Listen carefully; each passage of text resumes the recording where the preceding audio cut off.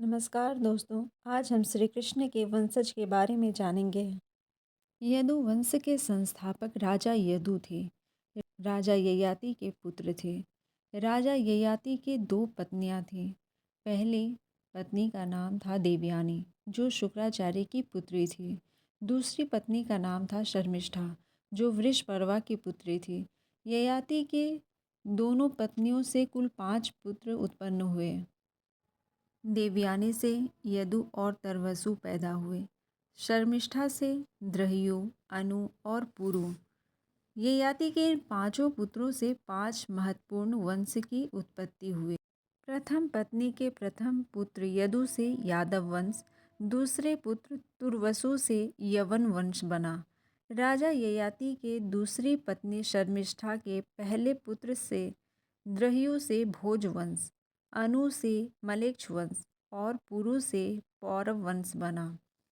यदु के 4 पुत्र हुए: सहस्त्राजित, कोष्ठा, नल, रिपु। कोष्ठा के कुल 13 पुत्र हुए। कोष्ठा के सबसे छोटे पुत्र का नाम था विदर्भ। विदर्भ ने ही विदर्भ राज की स्थापना की थी। विदर्भ राज के 3 पुत्र थे: कृत, कौशिक और रोमपाद। विदर्भ के तीसरे पुत्र से बभ्रु पैदा हुए। बभ्रु से कृति, कृति से कौशिक, कौशिक से चेदी पैदा हुए, जिसने चेदी वंश की स्थापना की। चेदी से दमघोष पैदा हुए। दमघोष से शिशुपाल पैदा हुआ। विदर्भ के सबसे बड़े पुत्र कृत से 15 पुत्रों का जन्म हुआ।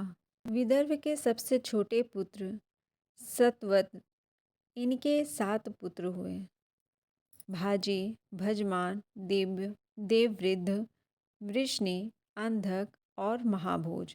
इन 7 पुत्रों में वृष्णि और अंधक अति महान थे। वृष्णि के देवमोड़ और योद्धाजित नाम के 2 पुत्र हुए। देवमोड़ की 2 पत्नियां थीं, मदीशा और वैशपर्णा।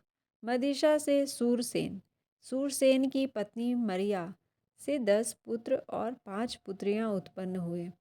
इनके 10 पुत्रों में वासुदेव सबसे बड़े थे। 5 पुत्रियों में सबसे बड़ी पृथा यानी कुंती थी। देवमोड़ और वैशपर्णा से पारजन्य का जन्म हुआ।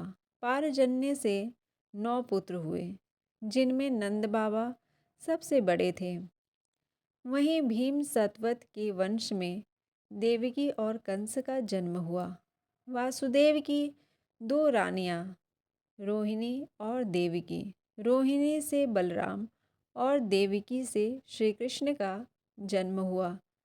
श्री कृष्ण का पुत्र प्रद्युम्न, प्रद्युम्न से अनिरुद्ध, अनिरुद्ध से वज्र पैदा हुए।